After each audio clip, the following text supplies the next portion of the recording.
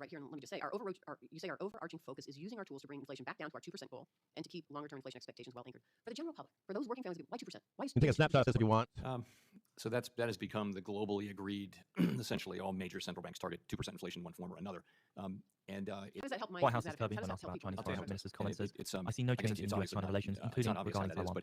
2% inflation. This is a bull aeroplane here. If you don't see this form, we're still bearish. Because, the evidence is and the modern belief is that people's expectations about inflation actually have an effect on inflation. If you expect inflation to go up 5%, turn the code back on. Everyone kind of expects that because that's what business. Now Cap calls a turn. Because they expect it. So having a 2% inflation goal, which we had for many years, de facto we had it, and we formally adopted it in 2012. But for years before that, we were effectively targeting 2% inflation. And what that meant was that inflation. It's one of the reasons why inflation was low and predictable is having a real target and sticking to it, not changing it, at convenient moments. So we think it's really important that we do stick to a 2% inflation target and not consider changing it. We're not going to do that.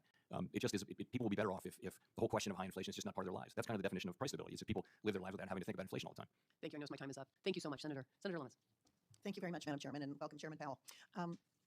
When you're setting these rates and making these decisions and seeking that 2% magic number, are you considering the cost of borrowing for the United States, knowing we are that committed to a Congress stable oil market and energy ministers' views, borrowed, as it doesn't need and production that changes we this year, have as every statement I overspent, see and is made the on national record debt from all of our is partners in at OPEC now Plus at least to reflect consensus 97% of approach. GDP, and that we're just want to make a note here for anyone that's in this market right now that the bears, we're back to 11:53. We're on the half hour now. Bears selling off on the 5-minute. They tested the 1 minute down here, got a new low, squeezed higher, traded down, up, and traded off the 5-minute. Now the Bears will have one chance here for the next 6 minutes to hold this 1 minute. If they can hold this 1 minute, they have another 15 minutes to get a new low down below at 399.12. But the level of debt that we have is not unsustainable. Is sustainable. Put it that way. So we don't think about bank policy, monetary policy. We think about. The House says the level of debt in the US is now sustainable. The problem is we are on a pathway debt growing faster than the economy, so unsustainable over the long term. So just repeat that the level of debt the US has now is sustainable. The problem is we are on a pathway debt growing faster than the economy, so unsustainable over the long term. And that's kind of by definition, in the long run, unsustainable. And the way countries have gotten fixed that is with longer term programs that have bipartisan support and that address the actual problem in the budget. That's really the formula. Thank you. I'm going to switch to stablecoins. You're a member of the President's Working Group on Financial Markets. The working group called for a bank-like regulation of stablecoins in late 2021. Then on January 3rd of this year, in a joint staff statement, the federal banking agency stated that even after the bank's capital, BSA, AML, and risk management, a bank issuing a stablecoin on a, quote, open, public, or decentralized network is highly likely to be inconsistent with safe and sound banking practices. I'm going to say that again. Even after a bank's capital, BSA, AML, and risk management, a bank issuing a stablecoin on an open, public, or decentralized network is highly likely to be inconsistent with safe and sound banking practices. So I'm a little confused about where we're heading on stablecoins. Does the January 3rd statement mean that the Fed has decided that stablecoins on a permissionless distributed ledger have no place in banks? So I think that there are real concerns about permissionless public blockchains, and the reason is that they've been so susceptible to fraud, to money laundering. Yes, sir. So I think what you heard from the federal banking agencies in one of their reports was that that stablecoins of appropriate regulation. Consistent with safety and soundness. And S3 almost almost strike the penny on S3. Do you think they could have a place in our banking system?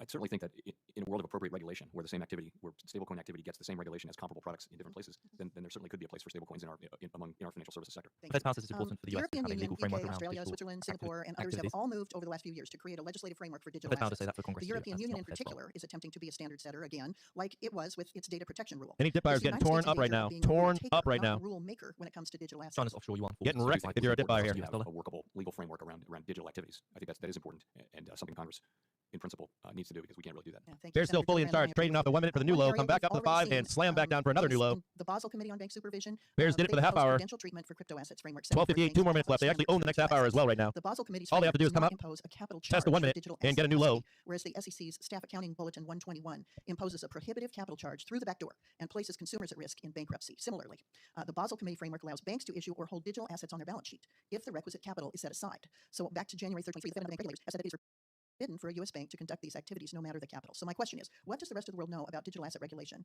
that we do not, that the Fed does not? So as we discussed, this is an SEC staff accounting bulletin, and it's not something that the Fed issued, and I'd be loath to comment directly on it. The issue is, and what concerns me, is that the Fed and other federal banking agencies are not following international norms on digital asset regulation. That's just my comment. Thank you, Chairman Powell, for being here. It's not 400. I want to clear out here, okay? I want to clear with everybody out there that it's not 400. There's no meltdown, I assure you. 100% positively sure that there's no meltdown in the market unless you trade below 395.60. I'm positive on this. 395.60 is the number that Bear is looking for a meltdown. The market bottom currently sits at 395.60. There's 2 more places that you need to be aware. Like, mark this stuff down, okay? You've got 397.80, and you've got 397.80 and 395.64 on the SPY, at least, for a market bottom. Now you break below that stuff, and we'll start talking about major bloodbaths. But just be careful with the 400. I hear, before, like last week, or remember when in the month of February, Remember end of February where you had, I'm not going to name names, but there were services that you pay a lot of money to that were saying that if we broke 400, it would be ugly, and it was actually 395-ish there too. It didn't get ugly, right? We traded right underneath, it came right back up like it was no big deal. You need to be closing, not opening, but closing under 395. That's when you get nasty bloodbaths down there. Closing underneath that number. And I know that there were some companies out there that were spreading that shit. It was lies, and they know it too probably. Or I should say allegedly. I alleged, or I don't allege. I alleged that they knew that number was not 400. It's like 395. I don't know why they keep calling that number. I don't know if it's because they have a short position.